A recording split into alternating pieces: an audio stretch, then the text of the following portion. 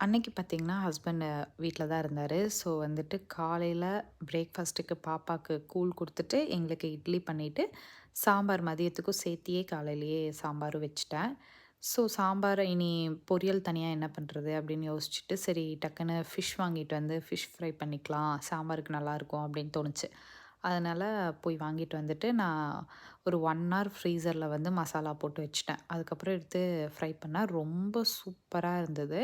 So அன்னைக்கு lunch எங்களுக்கு இப்படி தான் போச்சு. நான் கொஞ்சம் பருப்பு தெரியாம அதிகமா போட்டேன் போல. அது நைட்டு தோசைக்கும் வர்ற அளவுக்கு நெறையா சாம்பார் ஆயிடுச்சு. ஸோ நைட்டுக்கும் அதவே வச்சு ஓட்டிறலாம் அப்படின்னு சொல்லி இன்னைக்கு சமையல் வேலையே சுத்தமா இல்ல.